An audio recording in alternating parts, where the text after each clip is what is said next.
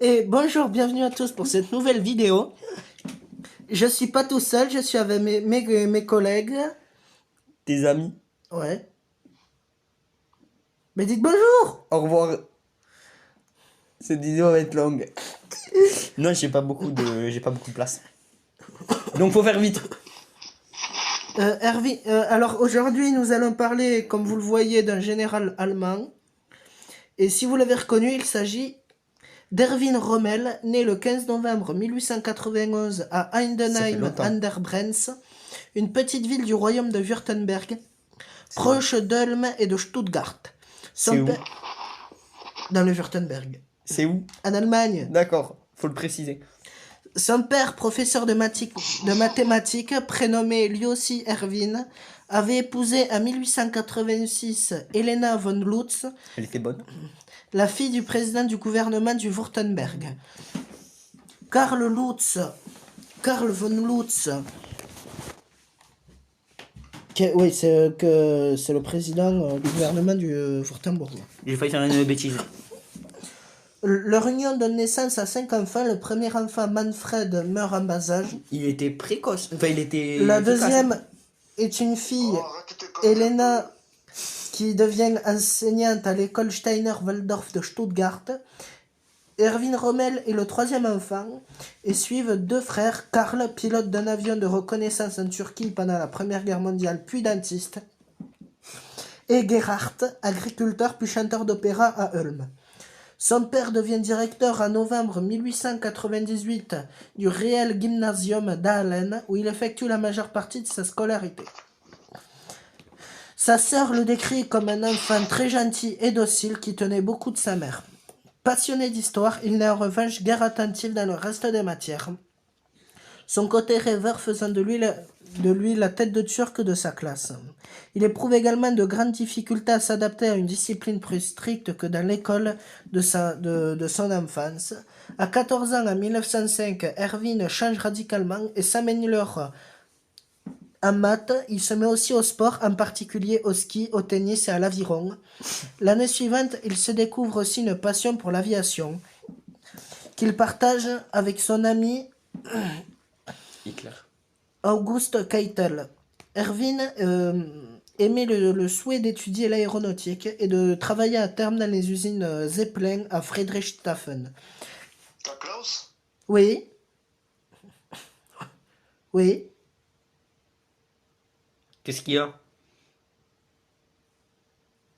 D'accord, on fait ça. Mais ce n'est qu'en 1910 qu'il s'engage dans l'armée comme élève Ou c'est officier. l'autre? Alors, la discussion a bugué, on n'a rien compris. Ah, pardon, je répète, voir si ça bug moins.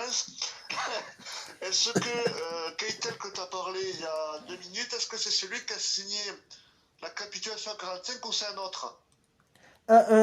Niet, On n'est pas en Russie. le général allemand qui a signé la capitulation, il s'appelait Wilhelm.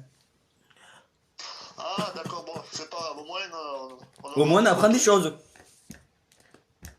Donc, il rejoint le 6e bataillon du 124e régiment, le 124e Infanterie Regiment, régiment d'infanterie, basé à Weingarten, comme tous les élèves officiers du Reich, Allemand. le deuxième Reich. Là. le Reich chinois. Ça existe Il pas. doit d'abord servir dans le rang avant de pouvoir suivre les cours de l'école militaire. Sa forte endurance impressionne ses instructeurs et à cette occasion, en octobre 1910, il est promu caporal et dès décembre, il est nommé sergent. C'est bien. L'un de ses instructeurs commande. Rommel est fait pour commander et conduire des hommes à la guerre. Il est discipliné et ne semble jamais fatigué. Il est jamais fatigué. Il fera sans aucun doute un officier hors du commun. Son audace en manœuvre a été particulièrement remarquée. En mars 1911, Rommel rejoint l'école militaire de Danzig et en fin d'année, il réussit ses examens avec des notes légèrement au-dessus de la moyenne. C'est très bien. Ses résultats ont été très bons aux examens pratiques, mais moins bons en théorie. Il est bon dans la pratique. En janvier 1912, il reçoit son brevet de... Non, ça c'est son père. Ah. Il reçoit son brevet de sous-lieutenant et retourne à son régiment, le 124e, où il est chargé de de l'instruction, Les il gagne rapidement une réputation d'ascète du fait qu'il ne fume pas, ne boit pas, et ses camarades officiers le trouvent d'ailleurs trop sérieux pour son âge. Sa vie se partage entre l'entraînement des recrues et les lettres qu'il écrit quotidiennement à sa fiancée Lucie.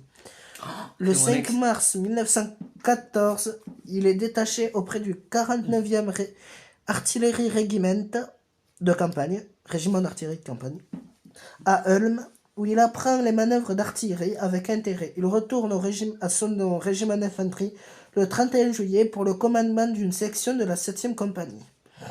Dès son arrivée à Weingarten en 1912, Rommel fait la connaissance de Walburga Stemmer, une jeune marchande de fruits et légumes. De leur idylle naît le 8 décembre 1913 une fille, Gertrude. Face à l'opposition de sa famille et surtout à la pression sociale exercée par ses camarades officiers, Rommel renonce à quitter l'armée et à épouser Walburga. Finalement, il épouse une étudiante en langue, fille d'un grand propriétaire terrien de Prusse orientale, Lucia Maria Moline, née le 6 juin 1894. Tu vas pas raconter la vie de sa femme aussi. Est morte en 1971. Plus communément appelée Lucie, c'est elle dont je parlais. Man, dans le téléphone, j'ai pas 20 minutes. Hein. Je dois en avoir 10 à tout casser. Qu'il avait... Ah! Un peu plus quand même que 10, mais... Ça va être problématique parce que là, ça va durer 1 heure. On va voir. Walburga, quant à elle, meurt en octobre 1928, âgée de 36 ans, peu avant la naissance du fils de Lucie, Manfred Rommel, né en 1928, décédé en 2013. La cause officielle de son décès a été une pneumonie, mais le fils de Gertrude, Joseph Pan, a révélé par la suite qu'il s'agissait d'un suicide par surconsommation de médicaments. Selon lui, tant que l'épouse de Rommel, Lucie, n'avait pas eu d'enfant, Walburga pensait que Rommel pourrait lui revenir.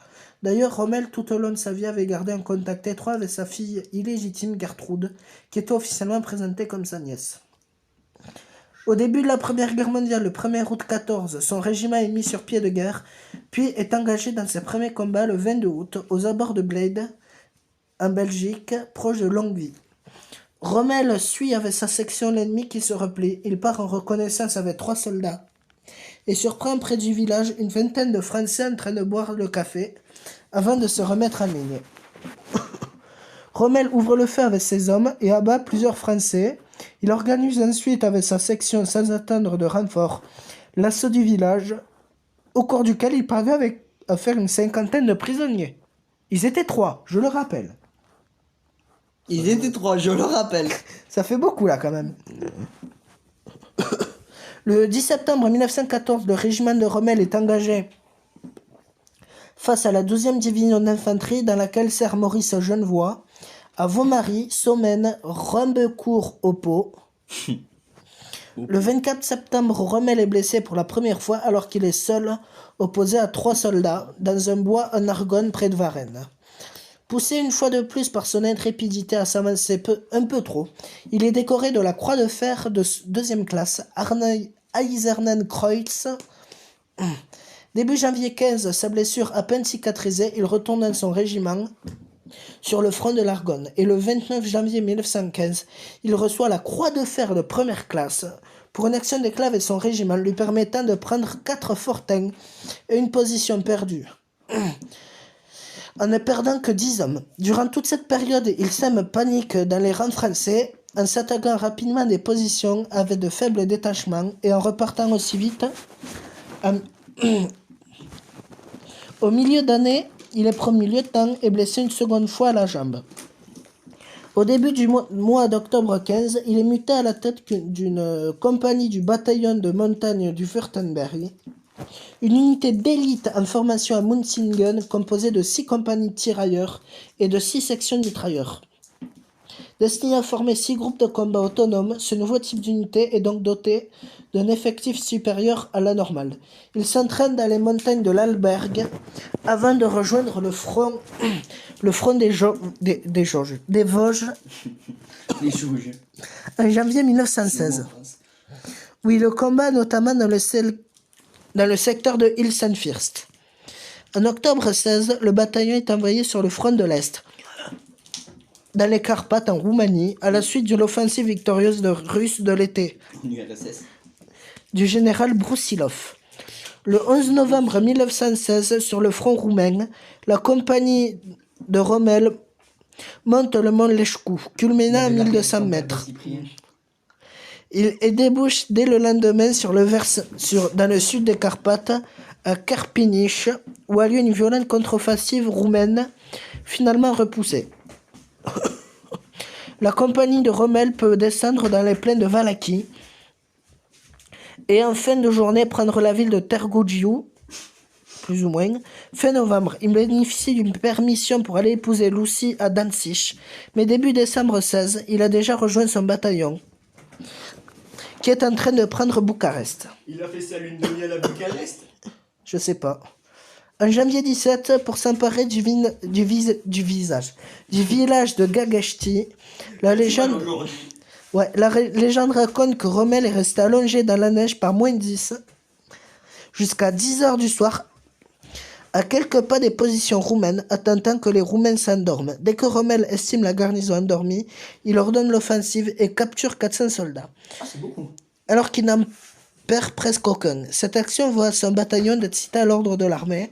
En août 17, en Bucovine, qui est toujours en Roumanie, Rommel, malgré le harcèlement des bergers locaux et la résistance roumaine, s'empare d'une position réputée imprenable. Le village du mont Megura-Chosnei, qui culmine à 1256 mètres. Qui est, au dire de tous, alliés comme Allemands, une véritable position fortifiée imprenable. Mais à la suite du traité de Brest-Litovsk entre Allemands et Russes, les Roumains sont obligés de cesser les combats eux aussi. Le 9 décembre 17 a lieu l'armistice de Foceni. Le 26 septembre 17, le bataillon de Rommel fait partie des 7 divisions envoyées en renfort à l'armée autrichienne, qui subit de lourdes pertes sur le front italien. Depuis 15, le bataillon Rommel est plus précisément affecté au secteur de Caporetto-Tolmino. Un plan d'offensive est prévu dans lequel le bataillon doit suivre la 12e division bavaroise. Rommel, toujours intrépide et ne voulant pas rester à la traîne, prévoit un plan d'action pour son bataillon de manière indépendante vis-à-vis du reste des troupes, et persuade son supérieur, le commandant Spreusser, de l'adopter. Ainsi, dès l'aube, Rommel part à la tête de ses troupes et enlève successivement Saint-Daniel, Fogny et le mont Matadjour.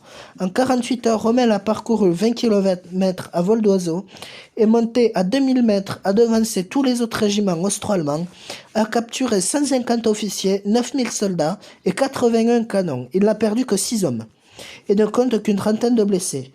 Son bataillon jouait un rôle déterminant dans la bataille de Caporetto. Défaite qui coûta à l'armée italienne 40 000 tués, 180 000 blessés et 325 000 prisonniers. En novembre de la même année, le bataillon de Rommel est affecté à l'avant-garde d'une division autrichienne dans le secteur du fleuve Piave, où les troupes italiennes se sont regroupées. Après 140 km de retraite, le 9 novembre, Rommel parvient à s'emparer du village de Longarone après avoir traversé avec son régiment les eaux glacées du fleuve à l'aide de cordes. Cette action lui vaut sa promotion au grade de capitaine et l'attribution de la médaille pour le mérite, la plus haute distinction prussienne. Il est le plus jeune officier décoré de cette médaille qui a été habituellement donnée aux officiers supérieurs. En janvier 18, Rommel, à son grand regret, est affecté à l'état-major du 64e corps d'armée à Colmar, sur le front français, or que les diverses offensives lancées se soldent par des cuisantes défaites, ou certaines de petites victoires, mais qui ne modifiera pas l'issue de la guerre.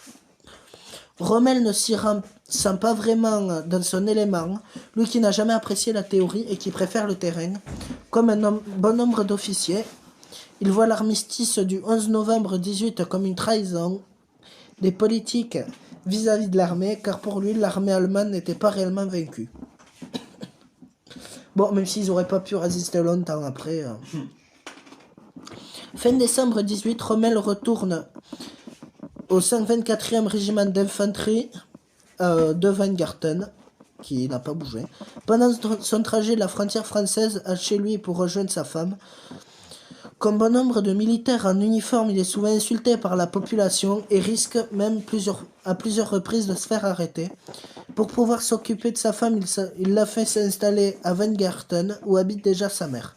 En juin 19, c'est comme une humiliation supplémentaire pour son pays que Rommel ressent le traité de Versailles.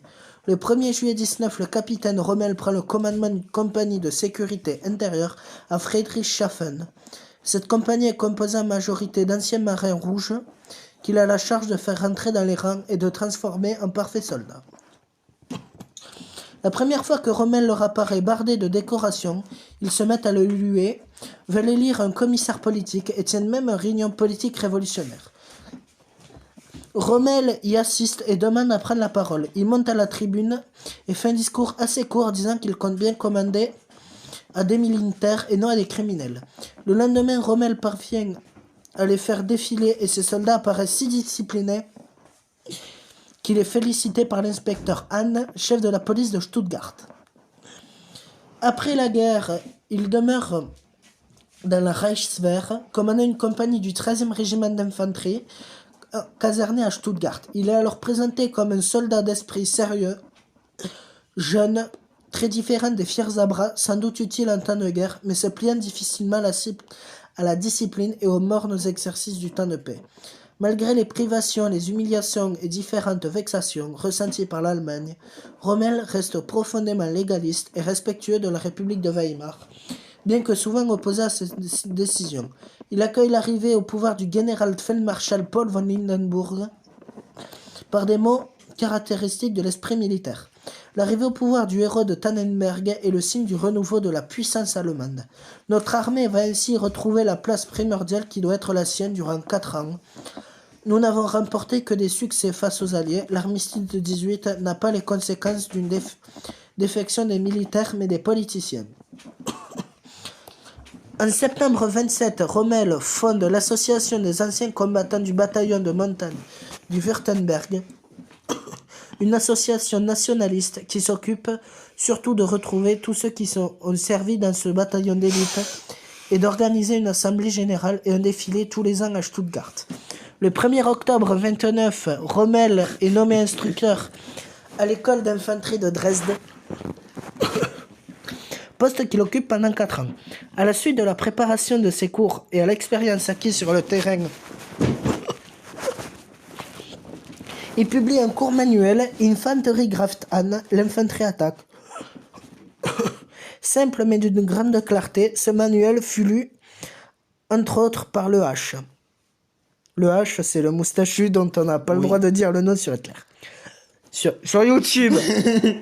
Tu viens de le dire. Sa femme Lucie... C'est pas possible, hein. Comment? T'es con quand même. Tu dis le H, car c'est un nom qu'il faut pas dire, il le dit quand même. Oui, bon, ça va, ça. Si on se fait trinquer par YouTube, ce sera ta faute. Complètement. Sa femme Lucie décrit Rommel comme un mari facile à vivre et attentionné. Il est gentil en fait. Son fils Manfred, né le 24 décembre 28, après 12 ans de mariage, en juillet 27, Rommel avait profité d'une permission pour se rendre en Italie, sur les lieux de ses anciens exploits, mais aussi à partir sur les traces de ses ancêtres, de sa femme, la famille Molino. Il avait dû abréger son séjour, les autorités italiennes ne voyant pas d'un bon œil cet officier ennemi visitant les lieux de défaite italienne. Entre 33 et 40, Rommel... Attendez, on a un souci sur... Rommel occupe différents postes d'instructeur et il entre en contact avec Adolphe, le H, à plusieurs reprises.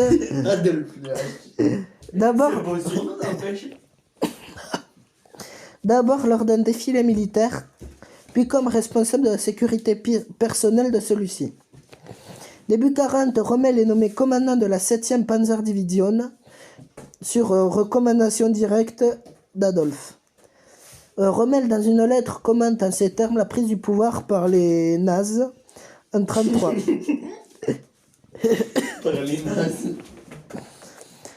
L'arrivée au pouvoir du H est une chance pour le pays. Il semble être appelé par Dieu afin que le Reich retrouve On sa dirait puissance sur notre séculaire. quartier. L'armée ne peut que se réjouir de cette nouvelle. C'est un grand jour pour l'Allemagne. Il porte toutefois peu d'intérêt à la politique en général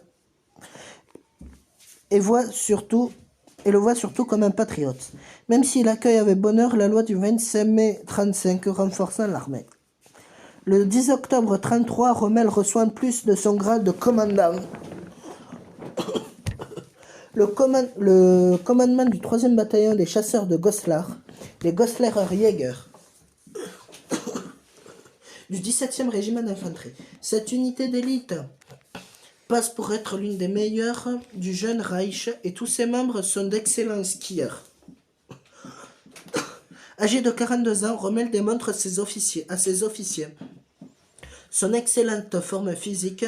Pour assurer sa légitimité en juillet 1935, il rencontre pour la première fois Adolphe à Goslar lors d'un défilé militaire. Un délégué SS vient informer Rommel qu'un bataillon SS défilerait devant ses soldats et se voit répliquer qu'il serait normal que ce soit l'inverse. Le H est impressionné par cette attitude et le fait convoquer par Heinrich Himmler et Goebbels. Goebbels et Himmler aussi, c'est chaud, Alan. Oui, mais lors de l'entretien, le G et le deuxième H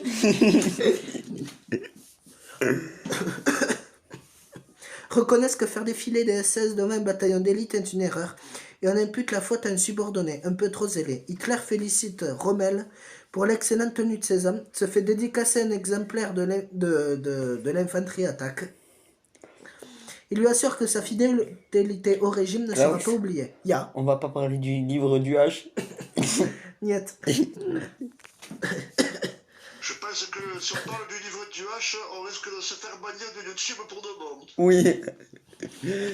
Le 15 octobre 1935, Rommel est promu lieutenant-colonel, Oberstleutnant en allemand, et nommé instructeur à l'académie de guerre de Potsdam, dans la banlieue de Berlin. Rommel semble s'être peu mêlé à la société berlinoise, limitant ses relations sociales à des officiers de son rang et à leurs épouses.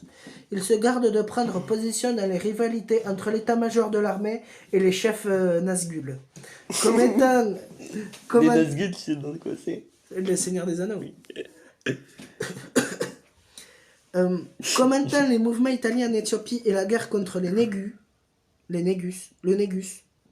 Si, le Négus, c'est le surnom qu'on donnait au roi d'Éthiopie, il me semble. C'est nul comme surnom. Il conclut la puissance de feu et la grande mobilité des troupes sont les garanties essentielles de la victoire. Mais enfin, en Éthiopie, il y a des batailles où les Italiens se sont fait repousser par des types avec des saguets et des mousquets. Alors que eux, ils avaient des mitrailleuses. Une fois qu'ils ont utilisé du gaz, ça s'est vite plié. Maintenant, le gaz, c'est interdit. Ouais. Le 25 février 1937, Rommel reçoit en plus de sa charge à l'académie de Potsdam, celle d'entraîner les jeunesses. La jeunesse. Les jeunesses du H. Jeunesse, je le dis ou pas? Non. Bon, vous avez compris de quelle jeunesse je parle. Alors, dis les jeunesses du H, ça suffit. Afin de renforcer le lien entre l'organisation de jeunesse et la Wehrmacht. Il en vient à rencontrer Baldur von Schirach, chef des jeunesses, lors d'une entrevue difficile. Ou au pire, dis juste les jeunesses. Rommel traite Schirach de blanc-bec et Schirach rapporte au H que Rommel n'est pas un Nazgûl Bontain. Un bon Nazgûl. Le H, qui a toute confiance en Rommel, qui considère comme l'un de ses meilleurs instructeurs, impose aux deux hommes de s'entendre et de travailler en commun. Rommel adapte également son traité d'infanterie à l'intention des jeunesses et le H fait éditer ce livre dans une édition populaire Qui commence par M. tiré à 400 000 exemplaires. Début octobre 1938, Rommel est promu à Oberst, colonel, et commande temporairement le bataillon de la sécurité chargé le bataillon chargé de la sécurité du H. Il participe à l'invasion des Sudètes. Le H a une grande confiance à lui du fait qu'il est un officier national-socialiste qui n'est pas issu de l'aristocratie. La proximité du Führer que donne cette mission de protection convainc Rommel des qualités exceptionnelles du H. Le H possède un pouvoir magnétique sur les foules qui découle de la foi en une mission qui lui aurait été confiée par Dieu. Il se met à parler sur le ton de la prophétie. Il agit sur l'impulsion et rarement sous l'emprise de la raison.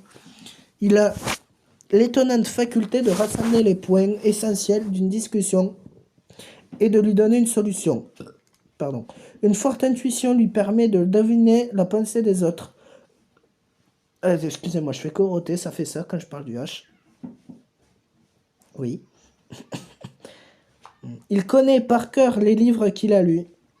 Des pages entières et des chapitres sont photographiés dans son esprit. Son goût des statistiques est étonnamment développé. Il peut aligner des chiffres très précis sur les troupes de l'ennemi.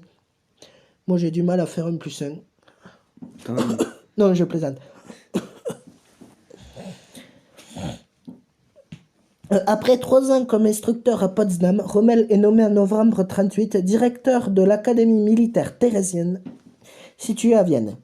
Dans une région montagneuse, le poste, loin des intrigues du pouvoir, est autonome des autorités supérieures. Convient parfaitement à Rommel qui se livre complètement à l'entraînement des jeunes recrues et des élèves officiers. Il loge avec sa famille dans une maison entourée d'un immense jardin et n'a que peu de contact avec les chefs Nazgûl locaux. Il profite de cette affectation pour réétudier les combats du front austro-italien de la Première Guerre mondiale. Il visite par exemple le secteur de Trentin où 250 000 soldats autrichiens et italiens sont tombés en 16. Il se livre aussi à sa passion pour la photo. D'après un certain nombre de contemporains, Rommel avait un talent affirmé dans ce domaine et a même bénéficié d'une exposition organisée par le maire de Wiener Neustadt. Cette expo rencontra d'ailleurs un certain succès. Rommel reçoit par ailleurs les meilleurs éléments des jeunesses pour leur donner une solide instruction militaire. Mais il n'apprécie pas toujours leur fanatisme et leur arrogance. À la mi-mars 1939, il est de nouveau chargé de la sécurité du H. S'il faut en croire Rommel, c'est lui qui, au moment de l'occupation militaire de la Bohême-Moravie, la République tchèque actuelle, aurait convaincu le H de monter en voiture jusqu'au château de Prague. Je l'ai persuadé en quelque sorte de rouler avec moi. Il s'en est remis à ma protection et ne m'a jamais oublié à cause de ce conseil. Le 23 août 1939, le H nomme Rommel général et le fait affecter à son quartier général, toujours chargé de commander le bataillon assurant sa sécurité. Celui-ci est à ce moment-là très confiant dans les capacités du H et pense qu'il arrivera à éviter le conflit généralisé en Europe. En outre, la famille de sa femme vivant en Prusse orientale, il est tout à fait favorable à la suppression du couloir de Danzig, mais espère tout de même qu'une solution diplomatique sera trouvée. Le quartier général se déplace à mesure que la campagne de Pologne progresse. Le 2 septembre 1939, le quartier général est déjà à Pruszczo. En Pologne. Ouais, je dois prononcer très mal les noms polonais. Ben, ça sera pas le premier. Le 10 à Kielce et le 13 à Lodz. Le 27 septembre, Varsovie capitule. Rommel retient comme enseignement de cette blitzkrieg que l'importance d'une parfaite coopération entre aviation et blindés sont désormais évidentes. Répandre la confusion sur les arrières est souvent plus démoralisant pour les forces adverses que la perte subie. Il faut pousser à fond l'exploitation de la percée des troupes motorisées sans tenir compte des îlots ennemis de résistance que l'infanterie a pour charge de réduire. Les chars doivent être utilisés en masse et non en ordre dispersé. En octobre, rentré en Allemagne, le H lui demande « Qu'est-ce que vous ferait plaisir, mon cher général ?» Rommel répond aussitôt une division blindée. Le H donne satisfaction à Rommel. Le 10 février 1940, il lui confie le commandement de la 7e Panzerdivision en garnison à Godesberg am Rhein. Lors de la campagne de France, en mai 1940, Rommel commande pour la première fois. T'as dit en mai et juin. Oui, lors de la campagne de France en mai-juin 1940, Rommel commande la première des divisions Panzer parvenant à traverser la Meuse. puis a percé sur le front puis a percé sur le front français. Ses capacités de commandement et son dynamisme se révèlent décisifs lors des premières journées de combat. Sa division fonce ensuite jusqu'à l'Atlantique, scellant l'encerclement des armées françaises. La campagne de France commence le 10 mai 40 pour la 7e Panzerdivision rattachée au 15e Panzerkorps, au 7e Panzerkorps, du général Hermann Hoth. Commandée par Rommel, elle attaque à l'aube dans l'Ardenne belge, retardée par la résistance des chasseurs ardennais à Chabrez, ainsi que par les destructions et les obstacles que les Belges ont réalisés le long des routes sinueuses et étroites. Il fallait non seulement se battre, mais écarter des barrages ou édifier des passerelles pour remplacer les passages détruits. Aussi, ce n'est que le 11 mai... Détruit? Oui, pour remplacer les passages détruits. Ah, il va dire ça? Ben oui, j'ai mal à la gorge aussi, alors... Aussi, ce n'est que le 11 mai que les avant-gardes de Rommel prennent contact avec les premiers éléments français de la première division légère de cavalerie. Rommel note: à notre premier choc avec les Français, nous ouvrîmes le feu tout de suite, ce qui les amena à se retirer en hâte. J'ai constaté que dans ces contacts, le succès est au bénéfice du premier qui a pu mettre l'ennemi sous son feu. Le 11 mai, Rommel est enroué et fatigué. Il n'a cessé de crier des ordres du haut de sa tourelle de son Panzerkampfwagen 3, le Panzer 3. Ça sera plus simple à dire. Depuis le début de l'offensive et n'a dormi que très petit nombre d'heures. Mais le lendemain, sa division a contré la première DLC, division légère de cavalerie, qui ne comptait, il est vrai, dans ses effectifs que 12 chars Hotchkiss H-35, qui étaient des bons chars, mais bon, à se replier derrière la Meuse. Le 12, comme Rommel a pris de l'avance sur la 5e Panzerdivision voisine, Hermann Hoth décide de lui confier un des 2 Panzerregimenten de cette dernière pour exploiter son succès. L'objectif assigné à Rommel est de franchir le fleuve dès que possible et d'établir une tête de pont dans le secteur de Dinant. Mais les Français ont pris le temps de faire sauter les ponts de Dinant et Hou. Il va donc devoir faire traverser ses troupes sur des canaux en caoutchouc. L'attaque lancée le 13 mai à cet effet rencontre une vive résistance de la part des Français de la 18e division d'infanterie. Je me rendis dans le secteur de Dinant. Plusieurs de nos chars atteints se trouvaient sur la route conduisant à la route de la Meuse. Les obus français tombaient avec une grande précision.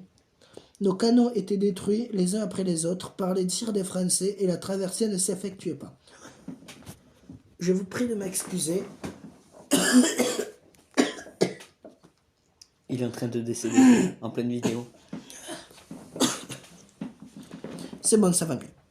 Il ordonne donc à des Panzer IV, avec leurs canons de 75, ainsi qu'aux obusiers automoteurs SIG 33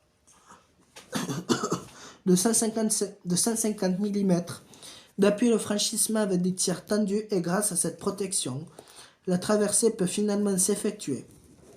Il envoie aussi le 7e bataillon de motocyclistes prendre le village de Grange à proximité.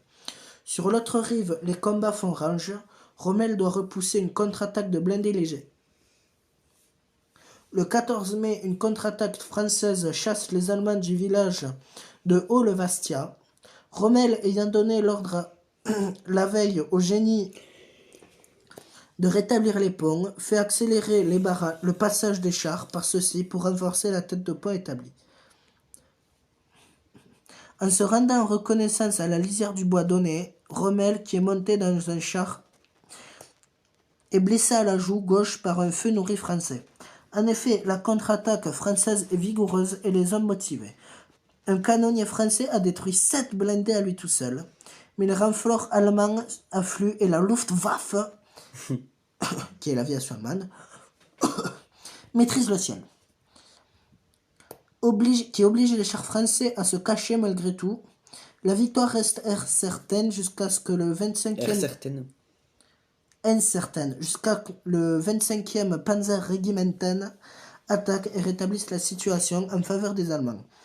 La 18e division d'infanterie française, contre laquelle combat Rommel, n'a reçu que la moitié du matériel anti-char prévu pour une division. Elle doit donc faire face aux 218 chars de Rommel et ses 56 automitrailleuses avec seulement 21 canons anti-chars. Il n'est appuyé que par un bataillon de 45 chars légers Hotchkiss, armé d'un canon de 37 mm modèle 1918, qui ne peut pas faire grand-chose contre les Panzers. Au total, les pertes allemandes seront d'ailleurs très faibles par rapport au succès remporté, le franchissement de la Meuse. Le 15 mai, tu as encore la place sur son téléphone. Ça va, tant que ça filme, c'est bon. Le 15 mai, Rommel doit faire face à une nouvelle ennemie, la première division cuirassée du général Bruno. Forte d'environ 160 chars, 70 Renault BM-bis, qui était le char lourd français, et 90 Hotchkiss H39. Par contre, ne le prenez pas dans World of Tanks. Je vois pas le rapport. Parce que... Ah non, c'est pas celui-là qui est dans World of Tanks. Si, il est. Non, mais en fait, c'est un autre. Oui, bon. Et voilà, tu m'as fait peur. La division a des problèmes de ravitaillement, se retrouve bloquée entre Flavion et Hermeton. Une partie de ses chars ne pouvant plus avancer, vers 8h30, Rommel tombe sur les chars de la première de cavalerie. Non, sur la première cuirassée, pardon. Au moment où ceux-ci sont en train de faire le plein, les Allemands, essentiellement des chars et ont essentiellement des chars Skoda tchèques, armés de canons 37, ne font pas le poids face à des BM-bis, même immobilisés, et subissent des pertes. Dans ses carnets, Rommel n'évoque que brièvement l'épisode qu'il qualifie de bref engagement. Il contourne la première DCR et se dirige vers Philippeville. La 5e Panzerdivision prenant le relais l'après-midi. Le 16 mai, Rommel affronte à Vouziers les débris de la première DCR qui ne compte plus que 17 chars. Le 16 mai, Rommel fait face au prolongement de la ligne Maginot à l'ouest de Clerfay, que Rommel croit être la véritable ligne Maginot, mais qui en réalité ne sont qu'un ensemble de fossés anti-chars et de fortins équipés à la hâte, rapidement percés par les Panzers. Dans ses carnets, il exulte. Nous avions traversé la célèbre ligne Maginot. Nous avancions profondément en territoire ennemi. Ce n'est pas un beau rêve, c'était la réalité. Dans la nuit du 16 au 17, Rommel exploite son succès. Il emploie une technique peu utilisée à l'époque en ordonnant à ses tankistes de tirer à droite et à gauche en roulant pour désorienter l'ennemi. Dès minuit, Rommel entre dans Aven, où ont lieu des combats de rue acharnés qui se terminent vers 4h du matin. Rommel qui évoque Putain,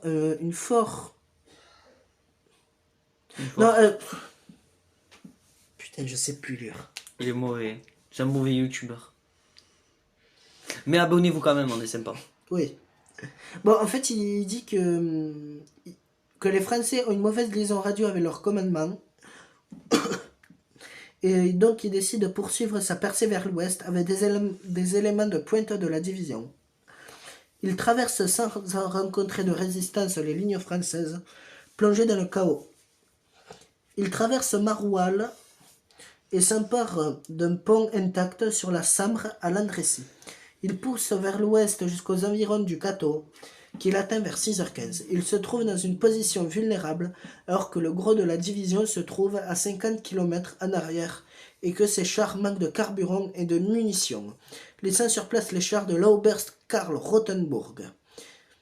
Il fait demi-tour dans une automitrailleuse avec pour toute escorte un char. Son culot est payant. Il croise sans être inquiété de nombreuses unités françaises rejoignant même Aven avec un convoi de 40 camions français qui s'est rendu à lui. Son retour met un terme à l'inquiétude qui avait saisi tant son propre chef des opérations que l'OKH, l'Oberkommando der Heer, qui est le haut commandement de l'armée de terre. Ainsi, Rommel fait de la 7e Panzerdivision la première division à avoir franchi la Sambre, empêchant les forces françaises d'y organiser une ligne de défense efficace. La division ainsi réalise une percée longue d'une 50aine de kilomètres et large de seulement 3. Ce 17 est aussi le jour où Rommel donne l'ordre de faire abattre le lieutenant-colonel Savard, commandant le 224e régiment d'infanterie après 3 sommations à monter dans un véhicule blindé. Rommel va-t-il réussir sa campagne de France? Vous ne le saurez qu'au prochain épisode, parce que là ça commence à faire long. On vous dit à plus tard.